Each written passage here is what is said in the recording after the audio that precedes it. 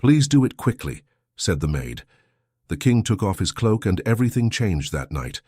Before we begin this beautiful period romance story, tell me in the comments where you're listening from. I love knowing where you're joining me from. Eleanor Walsh woke to the sound of boots striking stone. At first she thought she was still dreaming, still caught in the restless half-sleep that came after evenings of long work and too little rest. But then the knock came. Sharp, decisive, unmistakably official. The door shuddered against the force of it. She sat up at once. The candle on the small table beside her had long gone cold. Darkness pressed close around her, the kind found only in the servant corridors of Windsor Palace, where windows were narrow and nights lasted longer. She wrapped a shawl around her shoulders, breathed once, then opened the door. A palace guard stood in the dim corridor, armored and stern even at this hour. His presence alone jolted her more awake than any bell could have. Guards did not come for maids unless something was terribly wrong. He spoke quietly.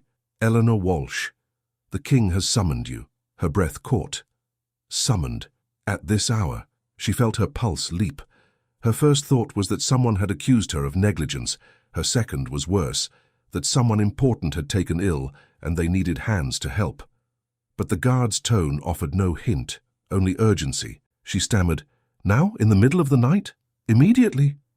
She nodded, though fear pooled cold in her chest. She had only been at Windsor for a year, hardly long enough to understand the deeper rhythms of palace life, but long enough to know that midnight summons rarely ended kindly. She followed the guard through the narrow servant passageways, her heart beating harder with every turn. Shadows stretched along the stone floor, and every step echoed too loudly. It felt as though they were traveling into the very center of the night itself. Eleanor cleared her throat. "Is His Majesty unwell?" The guard didn't answer. He simply quickened his pace. She swallowed her questions after that. When palace guards chose silence, it was best not to insist. Still, unease tightened her stomach. She reviewed her duties from the day. Had she polished silver incorrectly? Spilled something without noticing? Misaddressed a lady-in-waiting? But no error she could imagine warranted a royal summons. The corridors grew broader, the walls smoother, the candles brighter. They were approaching the king's private quarters. Her steps slowed. She suddenly felt very small, as though each stride carried her beyond the world she was meant to inhabit. Eleanor had seen the king only from a distance during ceremonies, always surrounded by noblemen, ministers, and the queen's household. She had never exchanged a word with him. When they reached the final corridor, the guard halted. At the far end stood a tall set of doors flanked by 2 sentries. A thin slice of warm light shone beneath the heavy wood. The guard leaned close to her, and for the first time she heard uncertainty in his voice. "Announce yourself. Speak clearly." Eleanor nodded, though her hands trembled. She took a breath to steady herself, but her fear broke free before she could stop it. She whispered, not to him, but to herself, desperate to have it over with. "Please, do it quickly." The guard gave her a strange look, but he did not ask what she meant. Instead, he turned, rapped once on the door, and announced her presence. "Your Majesty, Eleanor Walsh has arrived." Silence stretched for a long, breathless moment. Then a calm voice answered from within. "Send her in." The guard stepped aside. Eleanor forced her feet to move. Inside, the king's chamber was lit by candles that flickered against the tall walls and cast warm shadows across the floor. It was not lavish the way she had imagined. There were carpets and carved furniture, yes, but not the overwhelming splendor of the grand halls. It felt more lived in, more human. She barely had time to take in these impressions before her attention fell on the man standing near the hearth. King Edward IV was removing his heavy cloak, shaking off drops of night mist. His movements were slow, weary. When he turned, Eleanor realized she had rarely seen a face so striking up close, not because of its handsomeness, though there was that, but because of its quiet exhaustion. The weight of the crown lay upon his shoulders more visibly than any jeweled ornament. His gaze rested on her, curious, thoughtful, and far gentler than she expected from a king. "Eleanor Walsh," he said, as though testing how her name sounded in his voice. She lowered into a deep curtsy. "Your Majesty, you may rise." She did, but her knees wobbled slightly. He watched her for a moment. "You seem frightened. Did the guard alarm you?" No, Your Majesty. I only wish to understand why I was called. He nodded, as though that answer pleased him. You were chosen because you are new enough to the palace to be unentangled in its politics, yet respected enough to perform delicate work. He gestured toward a table near the window, scattered with documents. I have had a long night of meetings, and more await me at dawn. I require assistance to prepare. Eleanor blinked. That was all? A task? A practical request? I feared I had done something wrong, she admitted softly. The king's expression softened further. No, quite the opposite. You were recommended as someone discreet and diligent. I need that tonight. He motioned to his cloak, now spread across a chair. Would you mind helping with these? I have little strength left for details. Her relief was so great she nearly sagged. She stepped forward, hands steadying. Of course, Your Majesty. She lifted the cloak, surprised at how heavy it was, chilled from the mist. She folded it carefully, setting it aside. The king watched her work, not intruding, simply studying her as though she were a puzzle he wished to understand. You have been at Windsor for a year? He asked. Yes, Your Majesty. Where were you before that? In Sussex. My father is a steward on a small estate. She hesitated, unsure how much a king cared for the past of a maid. I came here to earn my own living.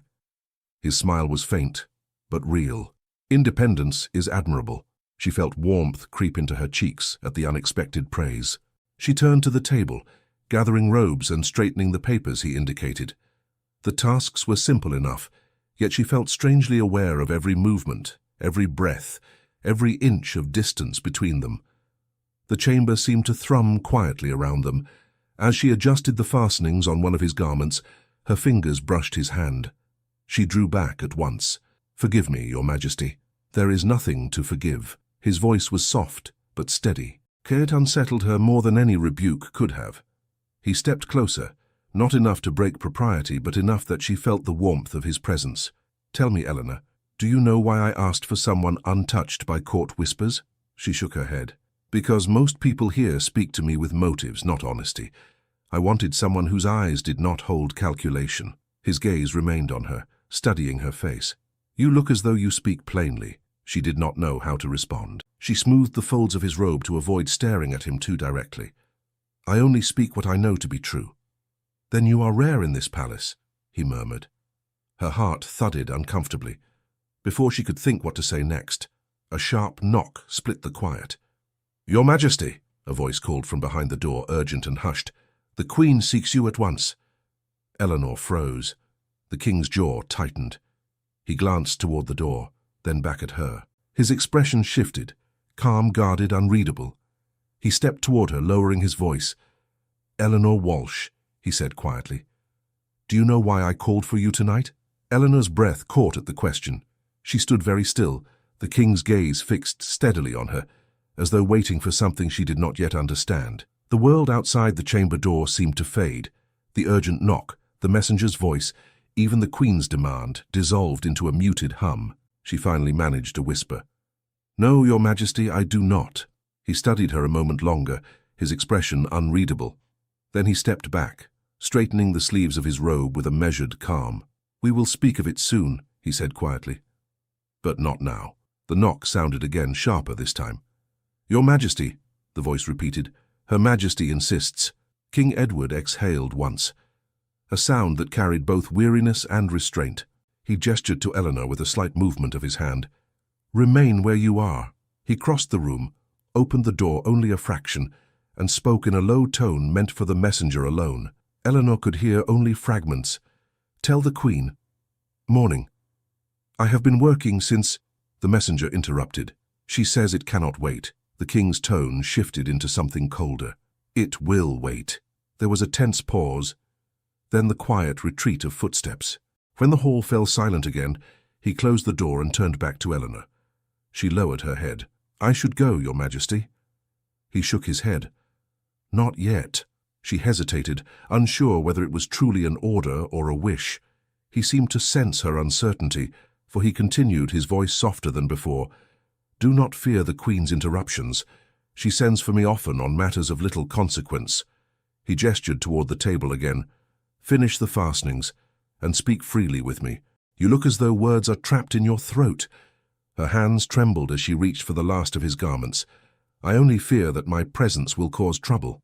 He watched her with a thoughtful expression. "If anyone here were to cause trouble, it would not be you." She lifted her gaze. There was something in his face, an exhaustion deeper than lack of sleep, a loneliness that seemed to hollow his shoulders. She had seen noblemen in the halls, seen them laugh loudly, argue heatedly, whisper behind doors. But she had never seen a king look quite so human. She cleared her throat. "If you wish for assistance in the morning as well, I can return." "Do you offer because you wish to help?" he asked quietly, "or because you fear the consequences if you refuse?" The question startled her. She froze with her hands on a folded garment. I do not refuse work, Your Majesty. That is not what I asked." Her cheeks warmed and she looked down. "I offer because you look in need of help, that is all." For a moment silence draped the room. Then he nodded slightly. "Honesty again. You do not disappoint." She felt flustered, unsure whether to bow, respond, or continue her task. To distract herself, she moved quickly, arranging his documents into neat stacks. The king stepped beside her, scanning one of the pages covered in hurried ink. "These ministers have no sense of time," he muttered. "They demand answers at hours when even the palace cats are asleep." Eleanor blinked, surprised by the dryness in his tone. She dared a small smile. "Then perhaps, Your Majesty, tomorrow will seem kinder if tonight ends more quickly." He looked down at her with a faint spark of amusement. "Is that your polite way of telling me to sleep?" She shook her head. "Only that your burdens might feel lighter with rest." He studied her again, not critically but intently, as though trying to understand her from the inside out. She tried to focus on her work, but her heart beat loudly at the unexpected attention. "Tell me something," he said suddenly. "Do you trust easily?" She paused. "No, Your Majesty." "Why not?" Her hands stilled on the edge of the table. "Because trust can be taken advantage of, especially here." He nodded slowly. "And yet you speak to me without calculation." "I speak because you have asked me to." "Not everyone honors a king's request so simply," he said. "Some twist their words into traps." She lowered her gaze. "I have no traps, Your Majesty." "No," he said quietly. "I believe you do not." She finished folding the final garment and stepped back, unsure whether she was expected to stay or dismissed. The king walked toward the hearth, staring at the low flames. The fire cast a warm glow across his face, highlighting the shadows beneath his eyes. "Do you know," he said softly, "how many people in this palace speak to me as though they love the crown more than the man who wears it?" Eleanor hesitated. "It must be difficult, Your Majesty." "It is isolating," he replied, "though I doubt I should confess that to anyone, least of all to a young maid." She took a step closer before thinking. "Then why confess it to me?" He turned his head, meeting her eyes. "Because you look at me without fear or ambition. It has been a long time since anyone did." She felt her breath tremble. "I fear many things, Your Majesty, but not you." His gaze deepened at that. For a moment, neither spoke. Then she stepped back quickly, remembering herself. "I should not have spoken so boldly." "You spoke truth," he said. "Truth is never a fault." But she feared boldness might be. She could already imagine the whispers that might rise if anyone discovered she had spent the night assisting the king. Even without impropriety, her presence alone could be twisted into scandal. She swallowed. "Your Majesty, shall I continue in the morning? Or should I not return unless summoned?" He seemed to consider that for a long moment. Then he said quietly, "Return. I trust you." The words felt heavier than any robe she had lifted that night. She bowed slightly, though her voice wavered. "Very well, Your Majesty." Just as she stepped away from the table, the door opened abruptly. She gasped, turning sharply. But it was only a guard from the outer hall, bowing quickly before speaking. "Forgive the intrusion, Your Majesty. The Queen insists upon a reply." His eyes flicked to Eleanor, and she felt heat surge to her face. The guard's gaze lingered long enough to sting with judgment. The king dismissed the guard with a curt gesture. After the door closed, he looked at Eleanor, and something like regret flickered through his expression. "So you will face whispers for this," he said quietly, "even if nothing improper has happened." She nodded once, her throat tight. "I know, Your Majesty, and you fear that." "Yes." He stepped closer. not touching her, not reaching for her, only closing the distance enough that his voice lowered. "If any accusation reaches you, you will tell me. Do you understand?" "I do. And you will not face them alone." Her breath unsteadied. "Your Majesty, I am only a maid." "And I," he said gently, "am still a man who values decency when he sees it." She lowered her gaze again. "I thank you for your kindness." He looked as though he meant to say more, but footsteps approached from the corridor again. A murmur of voices trailed behind them. He stiffened. "You should go now." She bowed quickly. "Good night, Your Majesty." She moved toward the door, hoping to slip out quietly, but the moment she stepped into the corridor, several ladies-in-waiting turned their heads sharply. They had been walking together toward the Queen's wing, but at the sight of her emerging from the King's chamber, they stopped. Their measured stares caught her like hooks. One whispered to another, far too loudly for politeness. "Well, that explains why the Queen was so restless this evening." Another added, "A maid summoned at this hour, he must be slipping in his judgment." Eleanor felt a sharp sting in her chest. She kept walking, head down, but their voices followed. "I always wondered how long it would take for some servant girl to try her luck. She walks as though she's done nothing. Look at her." Her cheeks burned, but she stayed silent. Words would only worsen matters. She walked faster, heart pounding against her ribs. But the last voice she heard, cold, cutting, struck deeper than the others. "So, the King has found himself a new distraction, has he?" Eleanor did not allow herself to look back. She kept her steps small and controlled, the way servants were trained to move, though her insides shook with every whisper. The corridor seemed longer than usual, as though the palace itself had stretched to trap her in the murmurs she was desperate to escape. When she finally reached the servants' stairwell, she stole one quick, shaking breath before descending. The stairs were narrow and cold, but she welcomed the dimness.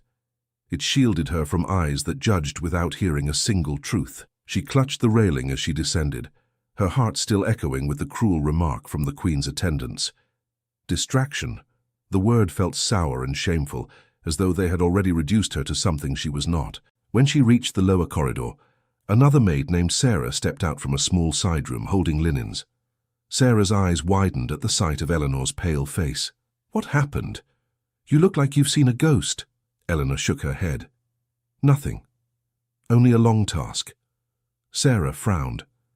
"A task that brings you from the King's chamber?" Eleanor stiffened. "Say nothing, Sarah. Please." Sarah's face softened. She lowered her voice. "I won't. But be careful. The Queen's women saw you. It was all over their faces." Eleanor's stomach tightened. "I did nothing wrong." "I believe you," Sarah whispered, "but belief in this palace doesn't matter. It is the whispers that decide everything." Eleanor nodded, unable to speak. Sarah touched her arm gently before moving on. The simple kindness steadied her, but only a little. Eleanor finished her duties clumsily that night, her mind replaying every look, every hushed voice. She barely slept. When dawn finally came, she felt as though she had been awake for days. By midday, the rumors had grown legs. In the laundry room, 2 footmen leaned against the wall, speaking in low voices. Eleanor passed by them, head down, hoping to be invisible. "It was her," one said, nodding toward her. "I saw her leaving his chamber with my own eyes." "You saw her in the corridor," the other corrected. "Not the chamber." "Same thing, isn't it?" Eleanor gripped her basket tighter. It wasn't the same thing at all, but truth rarely mattered once gossip took root. She hurried past them, pretending not to hear, but the whispers traveled with her. By afternoon, even the older maids, women who had served for decades, watched her with a mixture of pity and wariness. Eleanor wanted to hide, but her duties forced her through hallways, past doorways, under the scrutiny of eyes she could not avoid. When she reached the smaller passage near the silver stores, she finally found a moment of quiet. She set down her basket and pressed a hand over her eyes. It felt foolish to cry over rumors, but the sting of humiliation cut deeply, not because she had been caught, but because she had done nothing to deserve it. A soft sound startled her. She turned sharply. One of the Queen's attendants stood at the end of the corridor, a pale, narrow-faced woman with a sharp chin and an expression trained to reveal nothing. Her presence alone was enough to make Eleanor straighten. "Miss Walsh," the attendant said, her tone smooth as polished glass. A moment, if you please. Eleanor dipped a small curtsy. Yes, ma'am. The woman stepped closer, her shoes making quiet taps on the stone floor. The Queen is aware of your unusual movements last night. Eleanor felt her pulse race. I was summoned for work, ma'am. Nothing improper occurred. The woman's smile was thin. Of course. Servants are so often summoned to the king's private chamber at midnight for entirely innocent reasons. Eleanor drew a steadying breath. He required assistance. That is the truth. The truth? The woman repeated, tilting her head. My dear girl, truth bends easily in a palace. What matters is perception. And at this moment the perception is not in your favor. Eleanor clenched her hands. Then what does the Queen wish of me? The attendant leaned in slightly. Only that you remember your place, and that you avoid creating unnecessary suspicion. Eleanor felt the heat rise in her cheeks. I have not sought suspicion. No, the woman agreed smoothly. But you have certainly attracted it. Their eyes held for a moment. Eleanor forced herself not to look away. At last, the woman stepped back. Take care, Miss Walsh. Not all storms in this palace strike loudly. Some arrive in whispers. She turned and disappeared down the hallway, leaving the air colder behind her. Eleanor stood still for a long moment. Her hands shook. She gathered her basket and forced herself to keep working, though each beat of her heart felt like a hammer against her ribs. By late afternoon she had finished her tasks. She made her way toward the servants' dining hall, hoping for a quiet corner where she could gather herself. But before she reached the door, someone called her name sharply. Miss Walsh! She turned and saw one of the stewards approaching. He was a tall man with thinning hair and a habit of looking at everyone as though measuring their usefulness. You are needed in the corridor of the East Wing, he said. She nodded quickly. At once. As she followed him through a long stretch of hall, her steps slowed. The East Wing belonged to the Queen's household. Her mouth went dry. Is Her Majesty requesting me? She asked. The steward did not turn. Her ladyship requested that you report there. That is all I know. Her heart pounded harder with every footfall. When they reached the eastern corridor, he gestured toward a tall door. She is within. Eleanor drew a breath, wiped her palms on her apron, and knocked gently. A voice answered, cold and composed. Enter. She stepped inside. The room was a private sitting chamber, quiet, orderly, and filled with the faint rustle of silk. The Queen sat near a window, hands folded in her lap. Her posture was perfect, her face serene, yet there was something beneath the surface that made Eleanor's skin prickle. Miss Walsh, the Queen said softly, come closer. Eleanor obeyed, stopping a respectful distance away. Your Majesty. The Queen studied her in silence for a long moment. Then she spoke with a delicate calm. I hear you were in the King's chambers last night. Eleanor forced her voice steady. Yes, Your Majesty. I was summoned to assist him with royal garments and documents. The Queen lifted one eyebrow. At such an hour? It was unexpected, Your Majesty, but the King requested my help.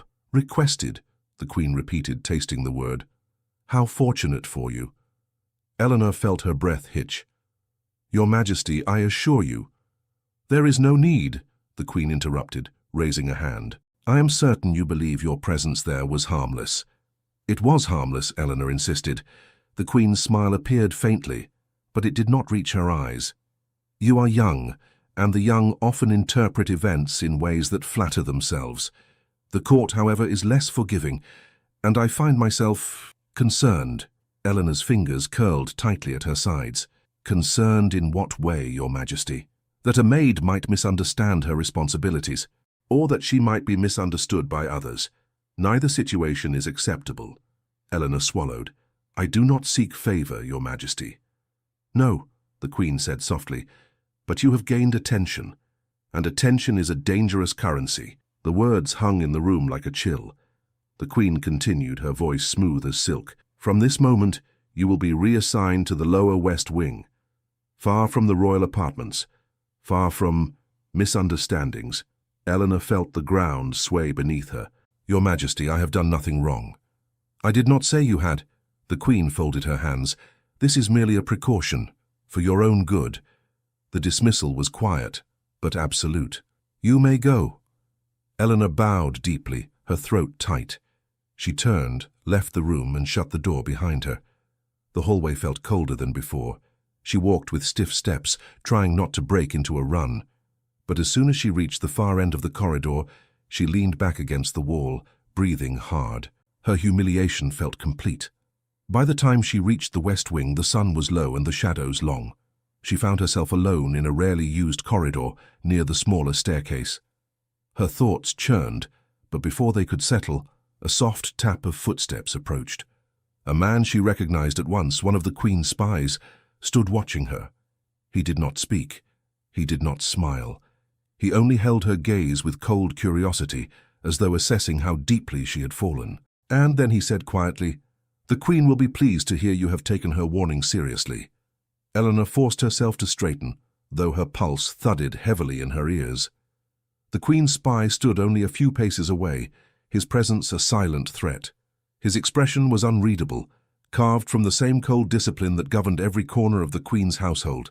But beneath that stillness, there was something sharper, interest perhaps, or suspicion. She clasped her hands to hide their trembling.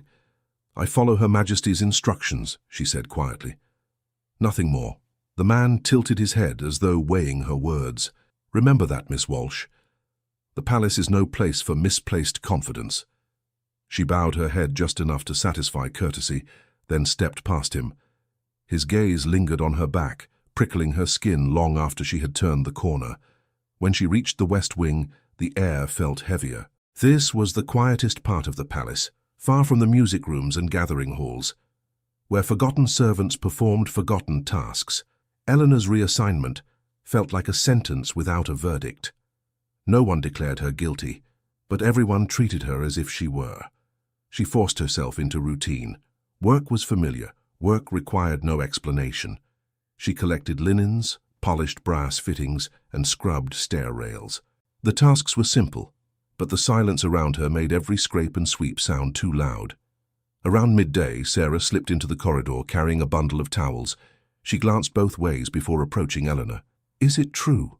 Sarah whispered. "They transferred you here?" Eleanor nodded. "The Queen insisted." Sarah's eyes widened, full of sympathy. "For merely assisting the king? This is unfair." "Fairness is rare in the palace," Eleanor murmured, "but unfairness is plentiful." Sarah hesitated, then stepped closer and lowered her voice even more. "Eleanor, people are talking, not just servants. Some of the nobles have begun whispering that the king has shown interest in you." Eleanor's breath hitched. "That isn't true." "I know," Sarah said gently, "but truth has never stopped gossip. And some hope the Queen will use it as reason to tighten her influence." Eleanor rubbed her temples. "I only did what I was summoned to do." Sarah squeezed her arm. "You cannot change the whispers. Just be cautious." Eleanor nodded, though caution had already become her every breath. The rest of the day passed in a haze of tension. She moved through her duties with the precision of someone afraid to misstep. Every time she turned a corner, she feared another calculating pair of eyes would be waiting. Every time she paused to catch her breath, she half expected the Queen's attendants to appear with a new accusation. By late afternoon, her legs ached from climbing stairs and her hands were raw from scrubbing. She rested against a stone wall near the servants' dining hall, grateful for a rare moment of quiet. But the quiet did not last. A young footman hurried toward her, eyes wide. "Miss Walsh, a letter for you." Eleanor blinked. "For me?" He nodded vigorously and offered a small, sealed note. Her stomach twisted when she saw the wax stamp, the king's crest. She stared at the seal, unable to understand why he would write. The footman shifted impatiently. "I wasn't supposed to read it," he muttered, "but I saw the crest. You should be careful. Anyone could see." Eleanor tucked the letter quickly into her apron. "Thank you." He hurried off, leaving her with a pounding heart. She glanced around. The hallway was empty. She ducked into a narrow alcove and opened the seal with trembling fingers. "Eleanor, I regret that you were troubled after last night's work. It was never my intention that your honesty would be questioned. If you would, meet me tonight in the library. We must speak. Edward." Her breath stilled. The king wished to see her again, privately and after dark. Her mind flooded with fear. If anyone discovered their meeting, the whispers would become certainties in the eyes of those eager for scandal. But his words, Honesty, questioned, must speak, echoed through her in a way she could not ignore. She folded the letter quickly, heart racing. That evening, after the palace quieted and most servants withdrew to their quarters, she moved carefully through the west wing's shadows, avoiding main corridors. She took the servants' stairs two at a time, pausing at each landing to listen. She reached the library wing, where only a few candles glowed in the hallway sconces. She pressed her hand against the doorframe, steadying herself, and entered. The library was dimly lit. Vast shelves towered around her, but she barely saw them. Her eyes found the king almost at once, standing near the long table at the center of the room. He looked tired as he had the night before, but his expression brightened when he saw her. "Eleanor," he said quietly, as though relieved she had come. She bowed her head. "Your Majesty." He stepped toward her, not too close, but near enough that she could hear the softness in his breath. "I feared you would not come." "I nearly didn't," she admitted. "But your letter, your message, seemed urgent." "It was," he said, and motioned for her to sit. She obeyed, though she sat at the very edge of the chair. He remained standing. "I learned of your reassignment," he said, anger flickering beneath his calm. "And I know the Queen summoned you." Eleanor's fingers tightened around the edge of her skirt. "She questioned me, Your Majesty, but she did not accuse me directly." "She did not need to," he replied sharply. "Her household will ensure the whispers grow without her ever speaking a word." Eleanor's throat tightened. "I am afraid, Your Majesty, not for myself, but for how this might reflect upon you." He looked at her with sudden intensity. "Do not concern yourself with my reputation. I am concerned for yours." Her breath trembled. "Mine is already damaged." His jaw clenched. "It should not be. You acted with dignity last night. I should have protected you better." "You owe me no protection," she said quietly. He shook his head. "On the contrary, you were called to serve, and for that you now suffer humiliation. I cannot ignore this." She hesitated. "Your Majesty, why was I truly summoned yesterday?" He studied her for a long moment before answering. "Because I needed someone honest near me. That is the truth." She held his gaze, searching for anything that might warn her away.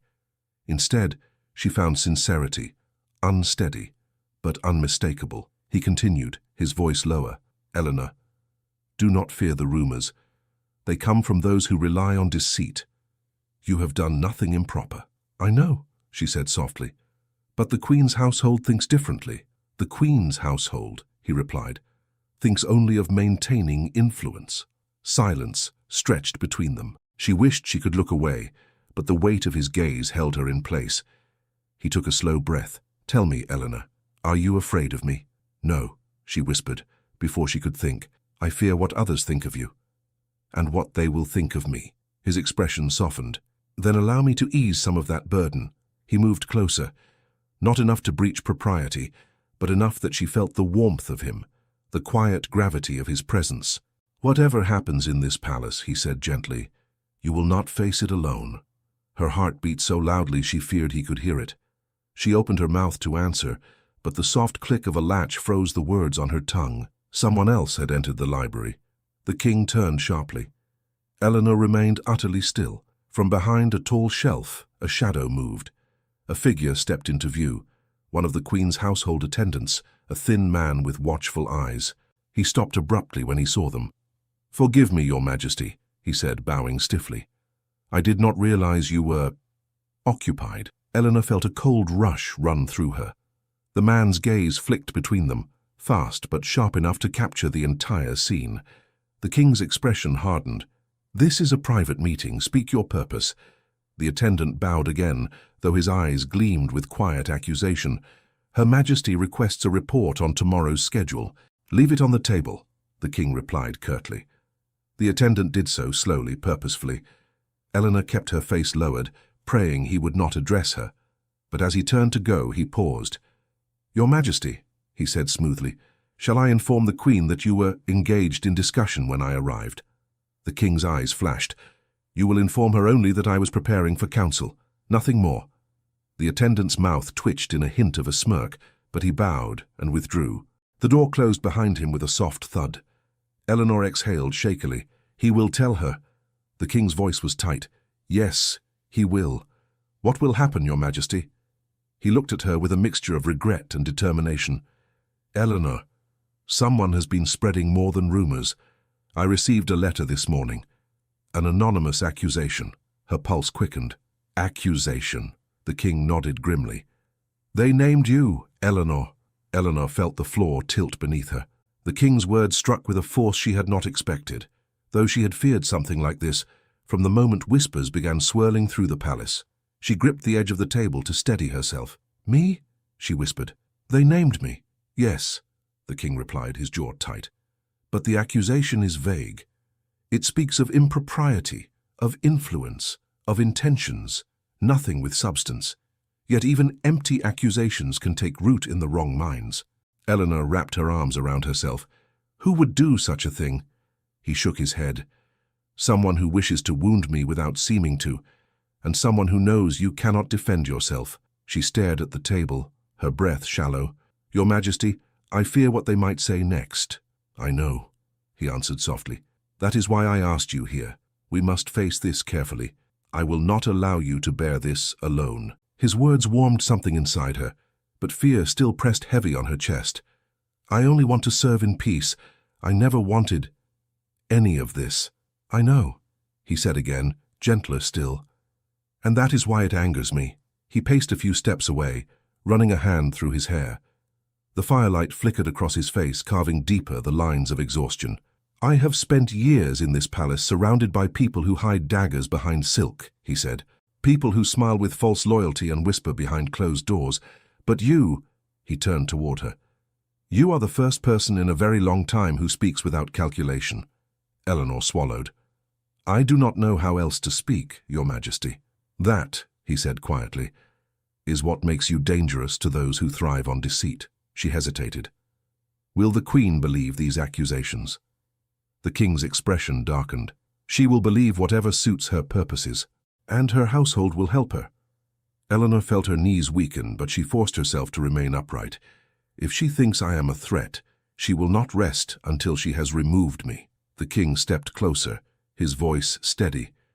Then we must be very careful. Do not give them anything they can twist further. She nodded, though her heart felt bruised. What must I do, Your Majesty? For now, return to your quarters, he said. Speak to no one about this meeting. And if any new rumor reaches you, tell me at once. She opened her mouth to respond, but another thought struck her sharply. Your Majesty, if word spreads that you met me privately here, I will handle it, he said firmly. Leave that to me. Eleanor wanted to trust him. His voice carried the conviction of someone determined to protect, yet she knew the Queen's household was capable of weaving lies faster than truth could defend itself. After a long pause, the king spoke again. Eleanor, look at me. She lifted her gaze. I will not allow them to destroy your name. Her throat tightened. Why would you do so much for me? He hesitated only a second. Because you have shown me honesty when I am surrounded by shadows. Because you have treated me not as a king but as a man. Her breath caught. She turned away, unsure what to do with the warm ache that blossomed in her chest. He reached for one of the books on the table, not to read but simply to move, perhaps to regain control of the moment. At last he said, You should go now. The later you remain, the more questions they will create. She nodded and rose from the chair, her legs unsteady. As she reached the door, he called her name again. Eleanor. She turned. You have done nothing wrong, he said. The sincerity in his voice nearly broke her. She curtsied and slipped from the library, stepping quietly into the shadowed hall. The palace was too silent, too attentive tonight. She moved swiftly, keeping her head bowed, heart thudding in her ears. But when she reached the staircase leading back to the west wing, she heard hushed voices drifting from the landing above. She was in there for a long time. Long enough. And the king was there too. Mark my words, something is amiss. Eleanor pressed herself against the wall, waiting until the footsteps faded. She descended quickly, avoiding anyone who might question her. Only once she returned to the small servants' corridor did she allow herself to exhale. The next morning the tension had thickened like fog. Eleanor arrived early in the laundry room, hoping to disappear into duty. But even here she felt eyes slide toward her, felt whispers follow her across the stone floor. The older maids moved quietly around her, careful not to speak too loudly. The younger ones stole glances when they thought she wasn't looking. Footmen hushed themselves when she passed. She carried bundles of linens to the lower court, forcing her focus on each step. But on her return, she nearly collided with a woman in dark, plum-coloured silk, one of the Queen's closest attendants. The woman's smile was prim and perfectly cold. "Miss Walsh." Eleanor dipped a curtsy. "Good morning, ma'am." The woman stepped closer. "I hear you enjoy late evenings in the library." Eleanor's breath stilled. "I was only delivering—" "Spare me," the woman interrupted. "The Queen wishes to know how long your newfound duties will require you to slip into restricted halls." Eleanor struggled to keep her voice level. "I follow orders given to me." "Yes," the woman said, "and perhaps you follow them too well." Eleanor lifted her chin just slightly. "I have done nothing improper."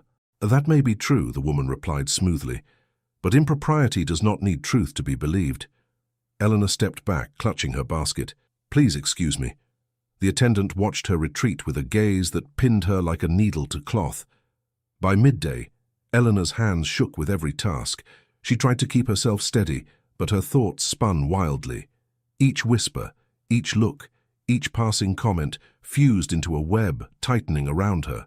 While polishing silver in a quiet alcove, she felt footsteps approach. She kept her focus on her work, hoping the person would pass. Instead, a familiar voice spoke behind her, soft, cautious. "Eleanor." She turned sharply. It was Thomas, a young clerk from the King's administrative chambers. They had spoken only a handful of times, but he had always been kind in the brief moments they shared. "Thomas," she said, startled. "Should you be here?" He shook his head. "No, but I came to warn you." Her pulse quickened. "Warn me of what?" He looked around, then stepped closer. "The rumor grew overnight. They say you have been meeting the king in secret. The Queen's household is collecting every whispered word." Eleanor felt a stab of panic. But nothing happened. "I know," he said, "but they don't care, and the Queen—" He hesitated. "The Queen plans to present the matter to her advisers." Eleanor's breath caught. "Present? As what?" "As potential misconduct," he whispered. "She wants to show that the king is vulnerable to influence." Eleanor's stomach twisted. "This will ruin me."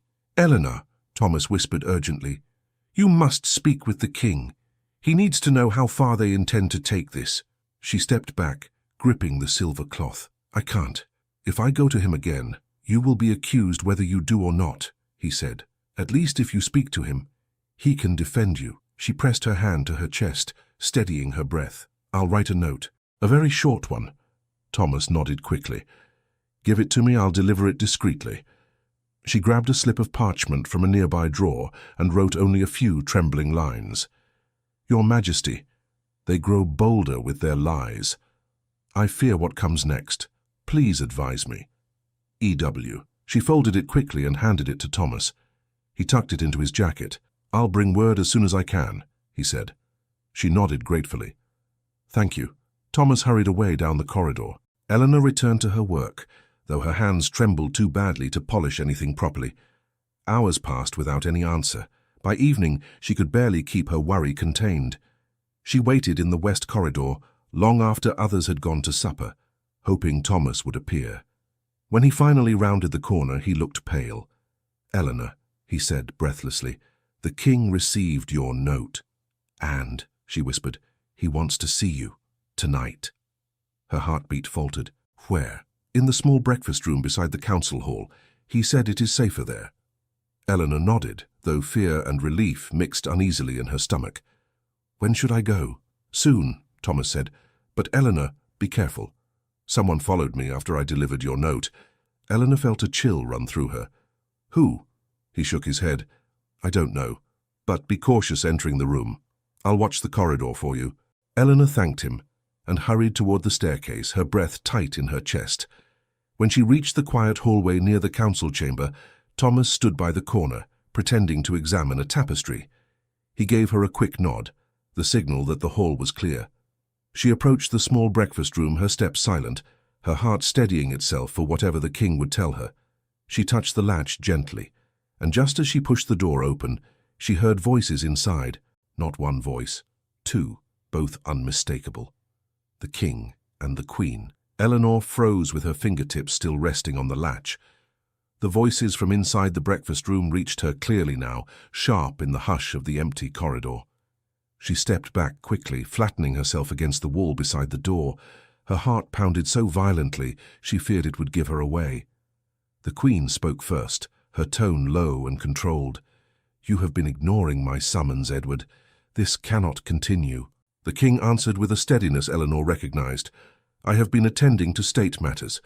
Your summons did not concern them." "Do not pretend this is about state matters," the queen replied.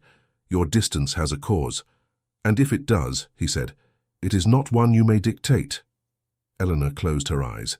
She should leave. She knew she should, but her feet would not move. Something in the queen's tone held her fast. "So," the queen continued, "you deny nothing of the rumors, then?" "There is nothing to deny," the king said. "You know well there is no impropriety." "Perhaps not yet," the queen said softly. "But the court sees the girl, and the court whispers. Do you truly think they will remain silent?" Eleanor's breath caught. She pressed a hand to her mouth to keep from making a sound. Inside the room, the king's voice grew firmer. "I will not discuss a loyal servant as if she were a stain on the palace," he said. "Servant?" the queen repeated. "Is that what she is to you? A servant who just happens to appear at midnight in your chambers? A servant who receives private letters? A servant whose name now dances on every tongue from here to the stables?" Eleanor's stomach tightened. She heard the scrape of a chair. Someone standing. "You are not subtle, Edward," the queen said, her voice suddenly colder. "And you are not wise if you think this little fascination will not cost you dearly." "It is not a fascination," he answered. Eleanor's breath stopped entirely. Silence, long and heavy. Then the queen spoke again, her words quieter but sharper. "Do you expect me to tolerate public humiliation again? Do you expect me to endure the eyes of the court while they mock me behind their fans?" "I expect you," he replied, "to understand that cruelty toward an innocent woman is beneath a queen. And I expect," she said, her voice rising slightly, "that you control yourself." Eleanor's hands shook. She felt as though she stood inside a nightmare, one where her name had become a weapon neither she nor the king could pull back from. The queen continued in a cutting whisper. "Remove the girl from the palace, quietly, without explanation. It will end the talk." "No," the king said at once. "Do not be foolish. She is a maid, nothing more." "She is not nothing," the king replied. The queen scoffed. "You defend her too readily. And you attack her without cause." Eleanor pressed her back harder against the wall. Her breath trembled. She could hardly bear to hear another word. The queen's tone shifted suddenly, calmer but more dangerous. "Edward, think carefully. Your past mistakes already haunt you. The council grows impatient with your unpredictability. If they sense weakness, if they sense distraction, they will turn." "I am well aware of the council's tendencies," he answered. "Then act like it," she said. "Dismiss the maid." "No." The refusal hung in the air, hard and immovable. The queen let out a long, slow breath. "Then I will assume you intend to protect her." "I intend," he said, "to protect justice." "Very noble," she replied, "but very foolish." Eleanor felt tears sting her eyes. She had never wanted the king to defend her at such cost. She had never wanted the queen's hatred, nor the court's eyes upon her.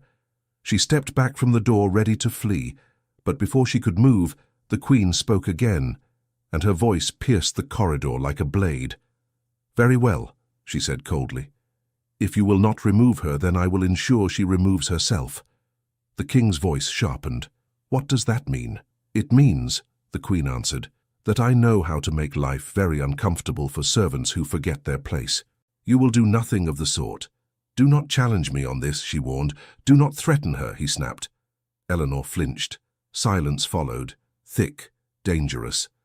Then the queen spoke once more, her tone silky with menace. "Take care, Edward. If you insist on keeping her under your protection, the cost may be heavier than you imagine, for both of you." Eleanor stepped back again, ready to escape the sound of those words.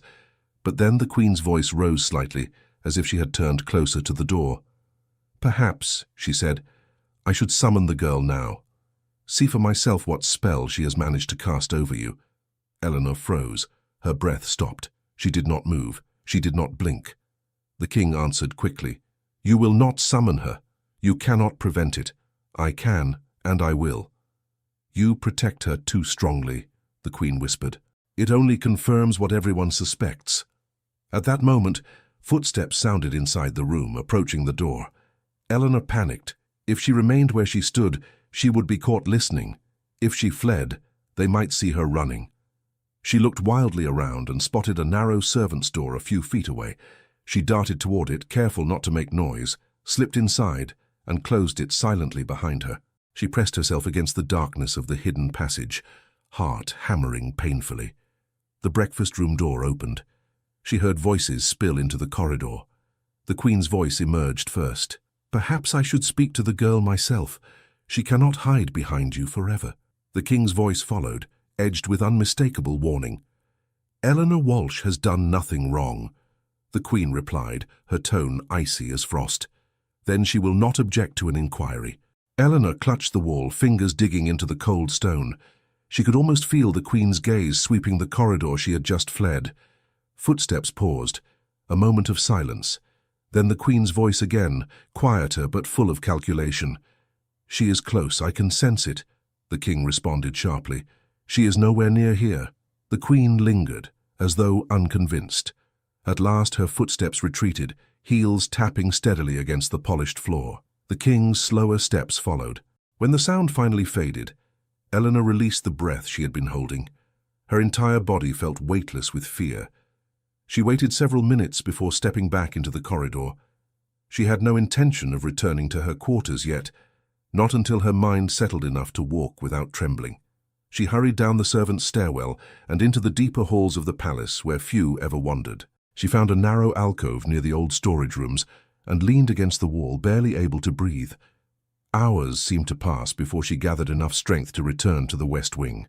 By then, the palace was settling into evening quiet. She slipped into the small room she shared with two other maids, though they were still on shift. She sank onto her cot, hands trembling, thoughts racing. She felt trapped, between duty and fear, between loyalty and danger, between a king who wanted to protect her and a queen determined to crush her. But another fear crept slowly through her, a fear she had tried to ignore for days. Her breath quickened. She pressed a hand to her stomach. She had hoped it was exhaustion, stress, poor sleep. But the symptoms had grown clearer.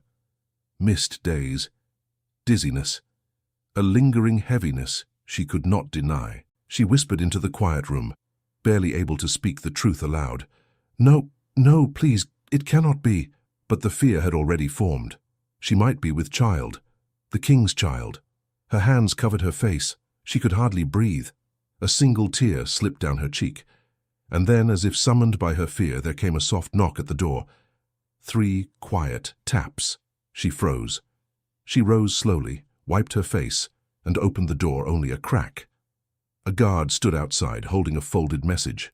"For Eleanor Walsh," he said, her heart stilled. "From whom?" He hesitated, then leaned closer. "From the king." She took the message with shaking fingers. The guard left at once. She unfolded it quickly. "Eleanor, we cannot wait for matters to worsen. Meet me in the North Tower Terrace at midnight. It is the only place they will not follow. We must talk, Edward." She closed her eyes, barely holding back a sob.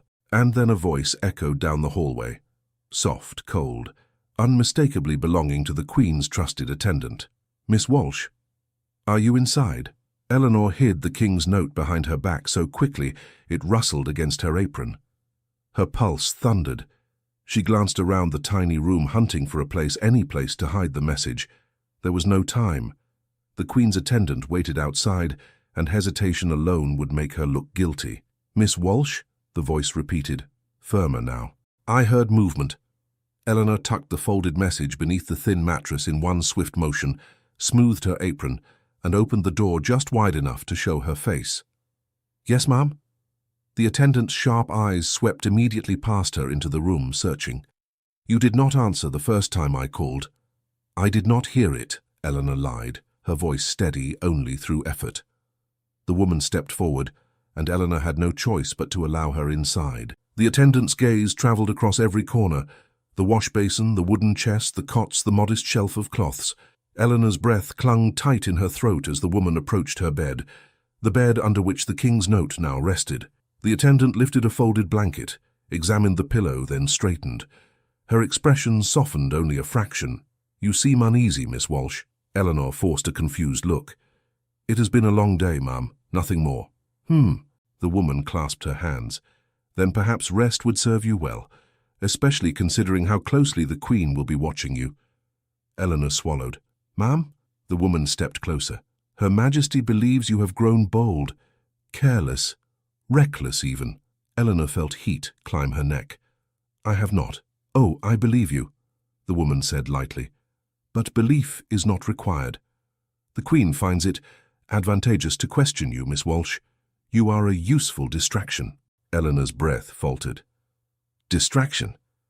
The woman leaned in until her voice curled like smoke. "If the court is busy speculating about a maid, it has less time to look at matters the Queen wishes to keep quiet." Eleanor stiffened. "Then why not remove me? Why keep me near enough to be questioned?" "Because it benefits her," the woman said calmly. "You play your part without even trying." Eleanor stepped back, stomach twisting. "I do not wish to play any part." "Then behave yourself," the attendant snapped suddenly. "Avoid certain corridors, avoid certain rooms, avoid certain eyes." A chill ran down Eleanor's spine. She understood.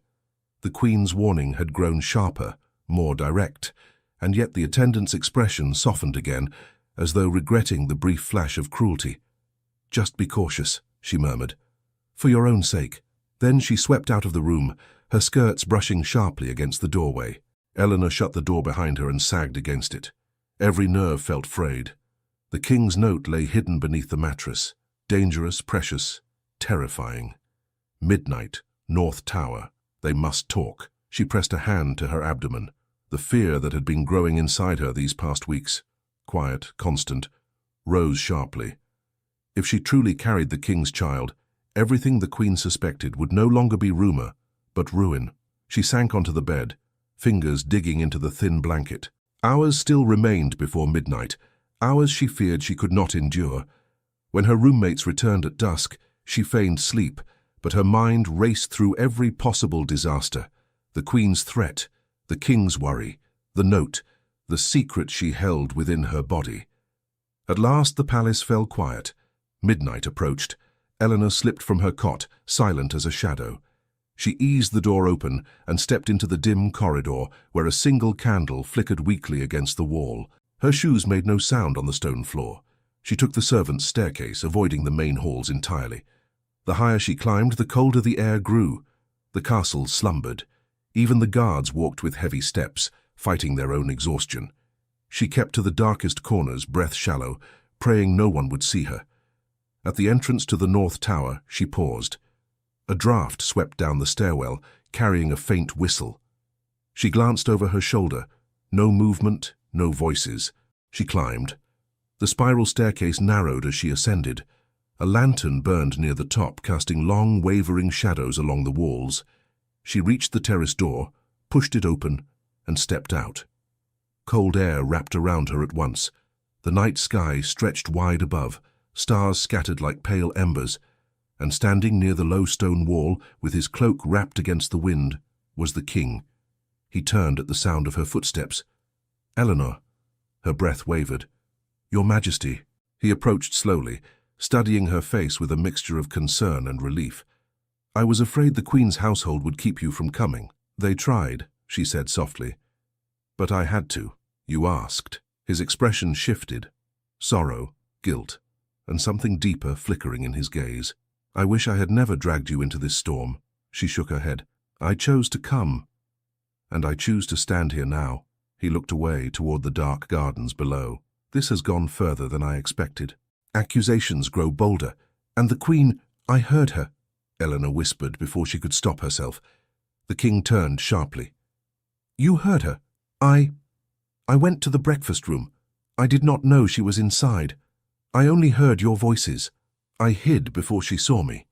He drew a slow breath, anger and worry blending together. "That was not a conversation meant for your ears."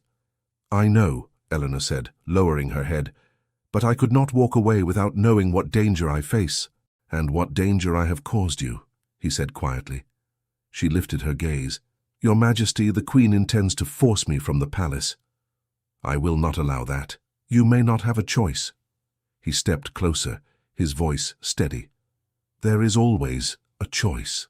She looked into his eyes, and the fear she had held for days finally broke through her voice. Your Majesty, I carry a greater worry than rumors or reassignment. He stilled. What is it? She hesitated only a moment, but it felt like an eternity. I have not felt well for weeks. I have missed more days than I should have. The dizziness, the exhaustion. She touched her abdomen lightly, her hand trembling. I fear I may be with child. His breath caught. He reached out as though to steady himself on the stone railing, eyes locked onto hers. Eleanor, are you certain? No, she whispered. But the signs, they are familiar. I've seen them in other women in the servants' wing. I cannot ignore them any longer. The king closed his eyes briefly, pulling in a steadying breath. When he opened them again, something fiercely protective burned there. If this is true, he said quietly, you must leave the palace before the Queen discovers it. Eleanor's heart clenched. Leave? Without explanation? Everyone will believe the worst. They already believe the worst, he said. But if you stay, the Queen will destroy you. She will not hesitate. And if she learns of the child... I know. Silence stretched between them, broken only by the distant sound of a guard's footsteps echoing faintly below. The king moved closer and took her hand gently, not as a ruler to a servant, but as someone who feared losing something precious. You deserve safety, he said softly. You deserve more than these walls. Her voice trembled. Where would I go? I will arrange a cottage near the river. Hidden, discreet. You will have protection, and no one will know you are there. And you? She whispered. He hesitated. I will visit when it is safe. Her heart tightened at the unspoken promise. But before she could respond, the scrape of footsteps sounded from the stairwell. Not slow, weary steps like a guard on patrol. These were quick, purposeful. The king's hand tightened on hers. Eleanor turned toward the staircase just as a tall shadow appeared in the doorway, silhouetted against the lantern's glow. A familiar voice sliced through the cold air. Your Majesty, are you alone? Eleanor's heart lurched. The voice belonged to Lord Halston, one of the Queen's most loyal advisers, a man who rarely appeared without purpose and never at midnight without orders. His silhouette filled the doorway, tall and lean, his posture too stiff to belong to someone merely patrolling. The king stepped instinctively in front of Eleanor, his movement subtle but unmistakable. Lord Halston, he said, his voice calm but firm. Why are you here? Halston bowed, though his eyes flicked quickly toward the terrace railing and back again. Forgive the intrusion, Your Majesty. I was told you might be in this tower. The Queen requires you at once. At this hour? The king asked. For what purpose? Halston's tone remained smooth, but there was a wary sharpness beneath it. Her Majesty did not specify, only that it was urgent. Eleanor stood utterly still, her hands clasped tightly in front of her to hide their trembling. Her heart hammered painfully. One wrong glance, one twitch of Halston's eyes in her direction, and everything would shatter. She tried to breathe quietly. The cold air felt like shards in her throat. The king did not move. His voice cooled. I am in the middle of something. Halston hesitated, his gaze sweeping the terrace once more. Your Majesty, forgive me, but I see no one else here. Eleanor pressed herself against the stone wall, keeping to the darkest sliver of shadow. If Halston stepped forward even a pace, he would see her. The king's voice sharpened. Your assumption is irrelevant. My presence here does not require explanation. Halston bowed again, though his brow furrowed with suspicion. Of course, Your Majesty. But the Queen was most insistent. The king exhaled through his nose, a quiet sound of irritation and calculation. Tell her I will return shortly. Halston hesitated. Shall I wait for you here? No, the king said at once. Return to her now. I will come. The command was unmistakably final. Halston could not refuse it without risking offense. Still, he lingered a second too long enough for his eyes to trace the railing, the shadows, the king's posture, long enough to sense something amiss. Finally, he stepped back into the stairwell and bowed. "As you wish, Your Majesty." His footsteps receded slowly.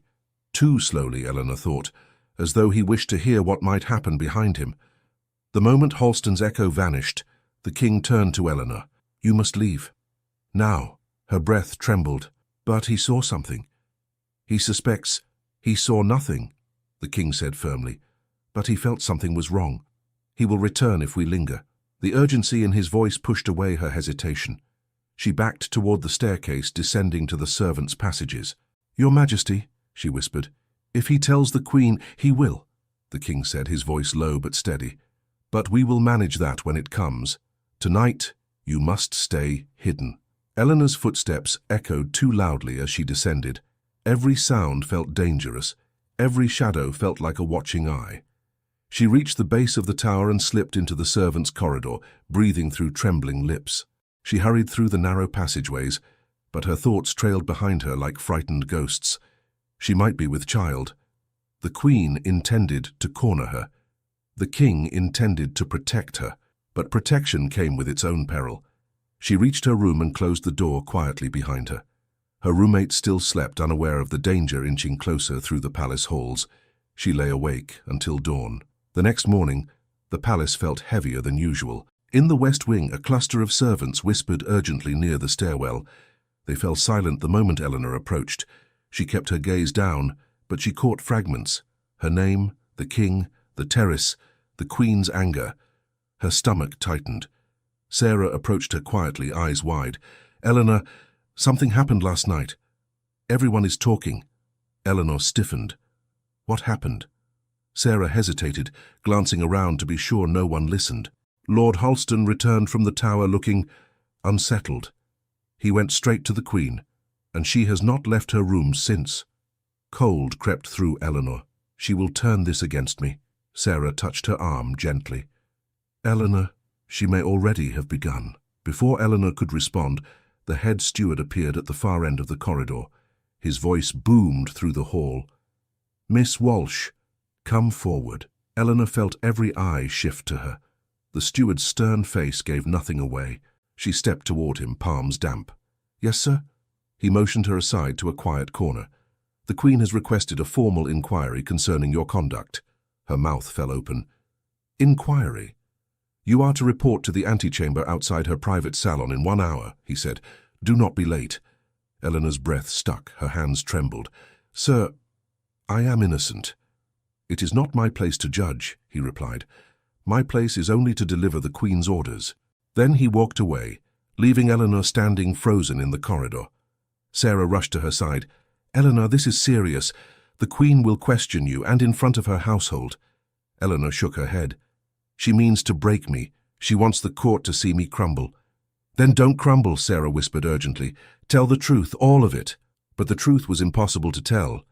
The truth would destroy more than Eleanor's reputation. And if the Queen discovered the child? Eleanor pressed a shaking hand to her stomach. "No," she whispered. "I cannot let her question me." "You have no choice," Sarah said. "If you refuse—" "I do not mean to refuse," Eleanor said, her voice trembling. "I mean, I cannot let her question me as I am now." Sarah frowned. "What do you mean?" Eleanor looked at her friend with wide, frightened eyes. "Sarah, something is wrong. I think I might—" She couldn't finish. The words lodged in her throat. Sarah's face softened. Understanding dawned slowly, then all at once. "Oh, Eleanor," Eleanor shook her head quickly. "Please do not say it aloud." Sarah squeezed her hands. "You cannot go to the Queen, not like this." "I know," Eleanor whispered, voice breaking. "I know. But what will you do?" Eleanor looked toward the far halls of the palace, where sunlight streamed through tall windows and shadows lingered in every corner. She wasn't sure. Her thoughts scattered. Her fear thickened. Then a young footman hurried toward her, breathless. "Miss Walsh," he said, lowering his voice, "you must come with me." Eleanor stiffened. "Why?" "It's the King," he whispered. "He requests you at once." Her heart jolted painfully. "Where?" "The old council study," the footman said. "He said it is safer." Sarah's eyes widened. "Eleanor, you cannot be seen going there. If someone follows—" Someone already follows her, the footman said urgently. 2 of the Queen's attendants were asking about her minutes ago. She must come now. Eleanor hesitated only a breath before nodding. I'll go. Sarah hugged her quickly. Be careful, please. Eleanor followed the footman through the narrow servants' stairways, keeping her head down, her steps quiet. The palace felt alive with tension, every corridor humming with whispers she couldn't hear clearly. They reached the old council study, a disused chamber tucked behind a thick wooden door. The footman opened it slightly. Inside, he whispered. Eleanor slipped in. The room was dim, curtains drawn. The king stood near the window, hands behind his back, face drawn with worry. He turned when she entered. Eleanor. Her voice trembled. Your Majesty, there is an inquiry. The Queen... I know, he said, stepping toward her. Halston has been speaking to her. The inquiry is an attempt to corner you, to force you into a confession she can control.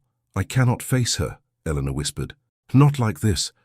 The king studied her, concern deepening. What do you mean? Eleanor tried to speak, but emotion choked her. Her hand moved instinctively to her stomach. The king's expression changed. Eleanor, are you certain? She shook her head. Not certain, but enough to fear it. He closed his eyes briefly, exhaling slowly. Then the Queen must not question you. You must leave the palace today. Today, Eleanor whispered. So soon. There is no more time, he said. If she discovers the truth. I know, Eleanor said. I know. He stepped closer, lowering his voice. A carriage will wait by the south gate at sundown. It will take you to the river cottage. Only a few trusted men know of this plan. A cottage, Eleanor repeated, barely able to breathe. Away from all of this. Yes, he said. A place where you will be safe. Her voice cracked. And you? I will visit when I can, he whispered. But your safety comes first. Eleanor felt tears gather, but she forced them back. There was no time for breaking. Your Majesty, thank you. He lifted a hand, as though to touch her cheek, but stopped himself. Eleanor, whatever happens next, you must trust me. I do. He took a step back, his voice steadying. Go now. Pack only what you need. And speak to no one. She nodded, heart pounding. She moved toward the door. But before she reached it, there came a hard, abrupt knock. 3 sharp raps. The king stiffened. Hide, he whispered. Eleanor darted behind a tall cabinet just as the door opened violently. Lord Halston stepped inside, eyes sweeping the room. He bowed, but his tone cut like a blade. Your Majesty, he said, the Queen sent me with a message. The king did not move. Speak. Halston's gaze flicked around the study, searching. The Queen requests that you bring Miss Eleanor Walsh to her chambers at once. Eleanor's breath stopped. Halston took one slow step deeper into the room. And she believes, he added quietly, that you are hiding her. The king did not flinch when Halston stepped farther into the room. His stillness carried authority, quiet, unwavering, the kind that came not from rank, but from certainty. Eleanor, hidden behind the tall cabinet, pressed a hand against her mouth to steady her breath. Every instinct urged her to run, yet her feet remained frozen. Your Majesty, Halston said, narrowing his gaze, the Queen believes Miss Walsh has chosen to disobey her summons.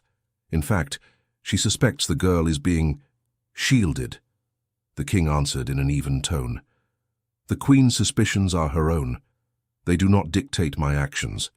Halston tilted his head. She fears the girl's absence may imply guilt. The king's expression hardened just enough to be noticed. Or perhaps it implies the Queen's household has gone too far. Halston hesitated, as though weighing whether to push further. Eleanor prayed he would not. After a tense breath, he bowed. I will inform Her Majesty that you will attend shortly. With or without the girl. That will not be necessary, the king said sharply. I will speak with her myself. Halston stiffened, not enough to be disrespectful, but enough to reveal that the king's dismissal stung. He gave a reluctant bow. As you wish, Your Majesty. He exited, closing the door behind him with a controlled thud. Only when the footsteps vanished from the corridor did the king release the breath he had been holding. Eleanor, he said quietly, you may come out. She stepped from behind the cabinet, her legs unsteady. The relief that washed through her left her weak. He knew, Your Majesty. He knew I was here. He suspected, the the king corrected. Not new. And suspicion is not truth. Eleanor's voice broke in a whisper. Suspicion is enough to destroy me. He shook his head. Not anymore. She stared at him, unsure what he meant. The king crossed the room to the window, pushing aside the curtain just enough to glance toward the courtyard below. His posture was thoughtful, steady, but something in his expression had changed. It was no longer merely concern. It was decision. Eleanor, he said softly, the queen's power over this palace is ending. Eleanor felt her breath catch. Ending? He turned back to her. For years I tried to hold the monarchy together through patience, through silence, through peace. But last night, she crossed a boundary she cannot uncross. Eleanor stepped closer. What boundary? The council received evidence this morning, he said. Documents proving she has manipulated state correspondence, interfered with decisions that were not hers to touch, used her attendants to spy on ministers, even forged my signature on a treaty proposal. Eleanor stared at him, stunned. How long have you known? Not long, he admitted, but long enough to act. What will happen to her? She asked quietly. The council and I will address it formally, he replied. The process has already begun, though no one outside the highest ministers knows. She will not be harmed, but her influence will be removed, permanently. Eleanor clasped her hands. And me. Will she still? No, he said gently. You are no longer under her command. She no longer has authority to demand your presence. The relief came slowly, almost painfully. The fear she had carried for weeks began to loosen, thread by thread. Eleanor lowered her head. Your Majesty, I do not know how to thank you. He stepped toward her. I do not ask for gratitude, only that you believe me when I say this. You have suffered because of the Queen's desperation, not because of anything you ever did. Eleanor felt a tremor pass through her. Part grief, part relief. I wanted only to serve quietly. You tried, he said, and you were punished for it. She blinked back tears. The king's voice softened further. But that time is over. You no longer stand alone in this. Eleanor hesitated, then found the courage to speak. Your Majesty, the child. He nodded once, his expression gentle. If your fear proves true, then the child will be protected. You have my word. She lowered her gaze. It will cause a scandal. He took her hand, not with passion, not with urgency, but with a kind of calm assurance that flooded her with warmth. Eleanor, he said, I no longer care about the court's whispers.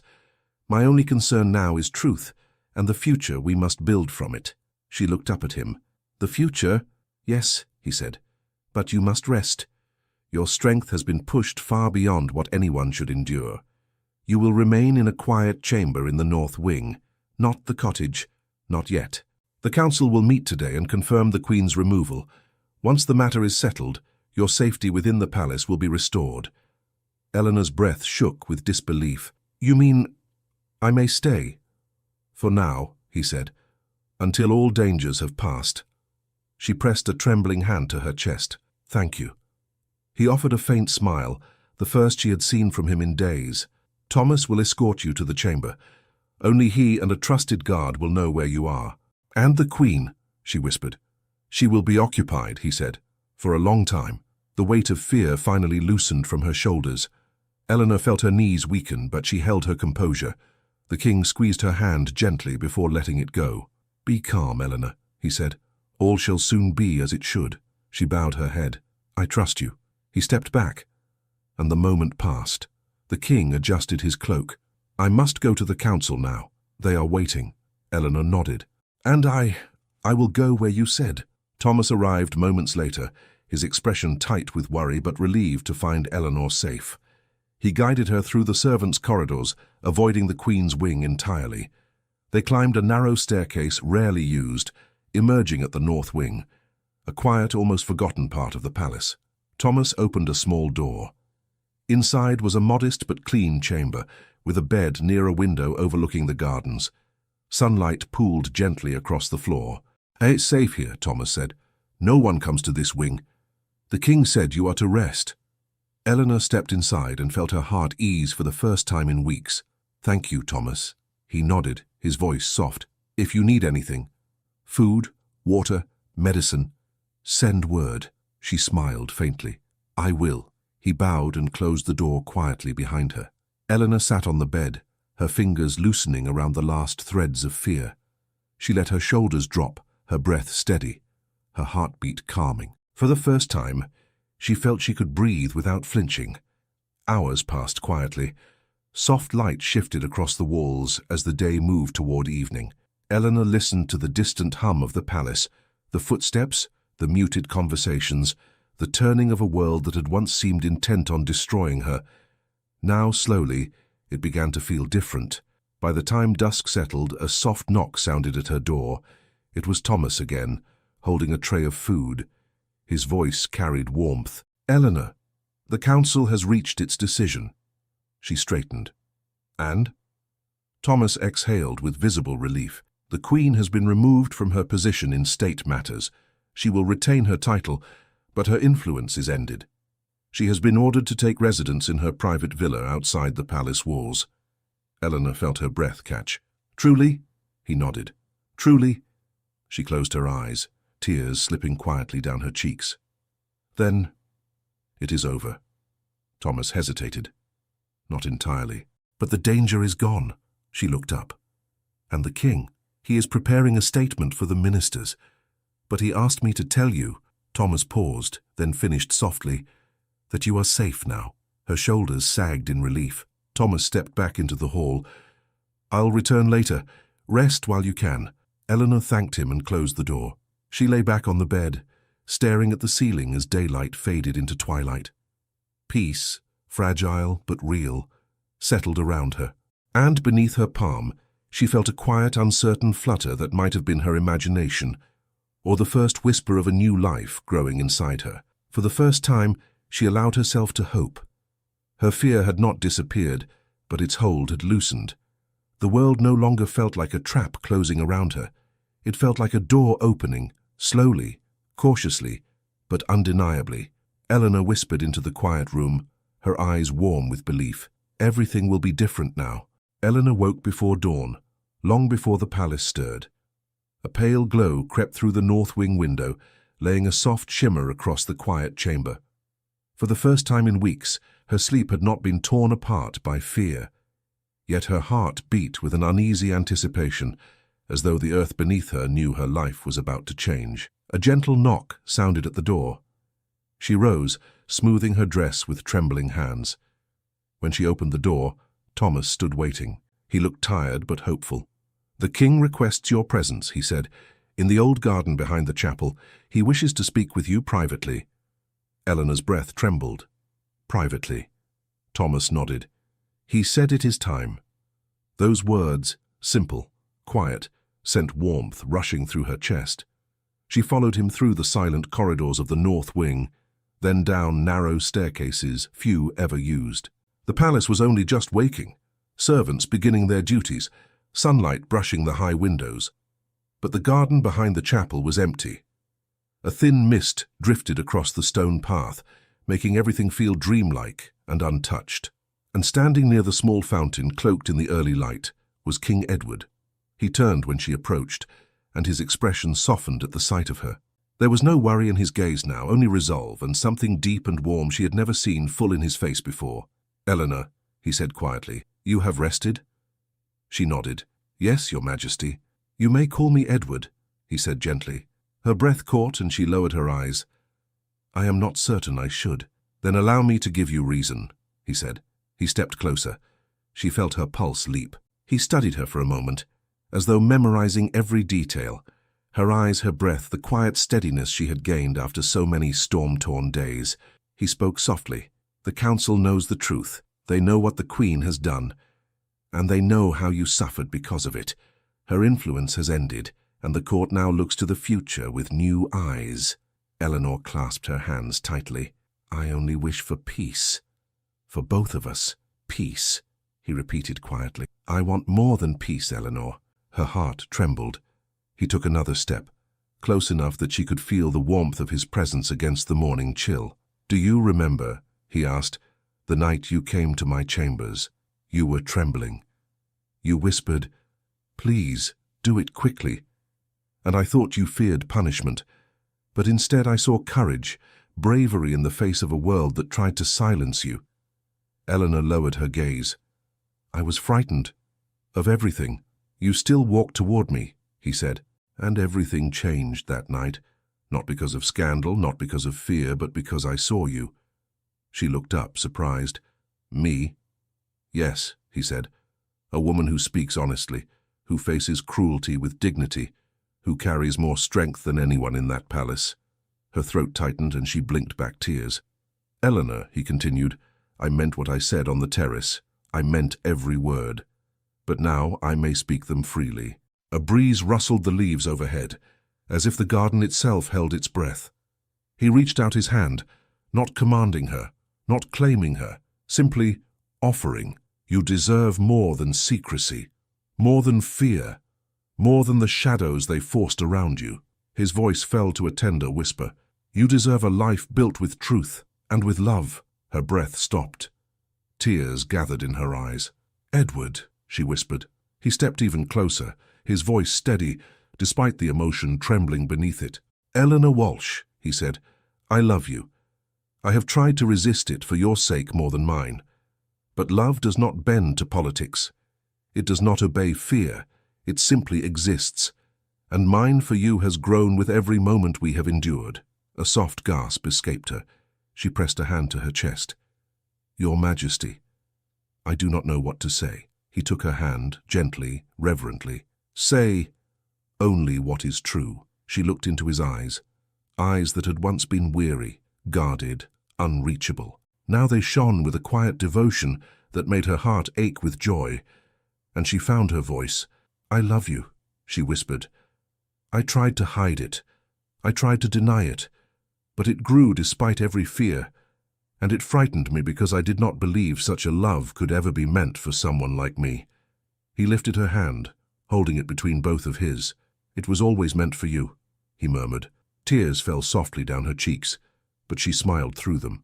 Her heart felt weightless, full, finally free. He lowered to one knee, not with royal ceremony, not with courtly flourish, but with a sincerity that made her entire world still. Eleanor, he said, I cannot promise a simple life. We will face whispers and doubts and the remnants of what the Queen built. But I can promise this. You will never stand alone again. Not as a servant, not as a secret, but as my equal, my partner, my wife. Her breath broke into a quiet sob. He extended his hand. Will you marry me? She pressed her hands to her lips, struggling to breathe through the rush of joy that overwhelmed her. The sound of the fountain, the soft breeze, the entire garden felt wrapped around them, holding them in a perfect stillness. Yes, she whispered, then louder, steadier. Yes, Edward. I will. He rose and drew her into his arms, not tightly, not desperately, but with a gentle certainty, as though holding something precious and long awaited. Their foreheads touched, breaths mingling, hearts beating in unison. A warmth spread through her chest, relief, love, freedom. Every moment of humiliation, every whispered accusation, every night of fear melted away in his embrace. You have given me my life back, she whispered. And you, he murmured, have given me purpose. He stepped back slightly, brushing a tear from her cheek with the back of his finger. The wedding will be private at first. Only the ministers must know until the court adjusts. But soon the kingdom will see you as I do, not a servant girl, not a scandal, but a woman of strength, grace, and courage. Eleanor shook her head softly. I want no crown, Edward. Only you, and you shall have me, he said, smiling warmly, always. He took her hand again and guided her toward the chapel door. A minister waited inside. The king must have prepared this long before dawn. Eleanor's breath trembled, but she felt steady beside him. Inside the chapel the candles flickered gently, their glow soft and welcoming. No crowd, no court, no prying eyes. Only two witnesses, the minister and the morning sun spilling through the stained glass. The vows were simple, spoken not with formality but with feeling. When Edward slid the gold band onto her finger, her hands shook, but her heart felt unshakably sure. And I, he said softly, take Eleanor to be my wife. And I, she whispered, take Edward to be my husband. At the minister's blessing, Edward kissed her hand with a tenderness that brought tears streaming down her face. Then, with a breathless smile, he drew her close and kissed her lips, soft, steady, full of the love they had survived to reach. It was not a kiss of passion alone, but of promise, of endings and beginnings, of every storm weathered, every whisper silenced, every fear laid to rest. When they stepped out of the chapel as husband and wife, the sun broke fully over the horizon, casting light across the garden. Edward held her hand as though it had always belonged there. "You are free now," he whispered. "We both are." Eleanor looked at him, her husband, her king, her love, and felt the truth settle deep within her. "I am," she said, smiling. At last, he drew her close once more, sealing the morning with quiet joy. The palace beyond them was changing. The whispers would fall away. The kingdom would heal. And she, once a frightened maid, had risen into a life shaped not by fear but by love. Together they walked forward through the golden morning, hand in hand, ready for the world that would greet them as one. Behind them the chapel door stood open, sunlight pouring through like a blessing. Ahead of them the future waited, and as they stepped into it, a gentle voice from the corridor called out breathlessly, "Your Majesties, there is news you must hear at once. Thank you so much for listening to this story all the way to the end. We hope it moved you as much as it moved us while telling it. We'd love to hear your thoughts. Leave us a comment telling us where you're listening from and what you liked the most. Rate this story from 0 to 10. What score would you give it? If you enjoyed this story, don't forget to subscribe to the channel and leave a like as a show of support. That really motivates us to keep creating and sharing more stories full of emotion and life lessons. And before we go, we want to remind you that an exciting and heartwarming story recommendation will appear on the final screen. If you'd like to enjoy it, just click on the video. Thank you once again for being here, and we'll see you in the next story.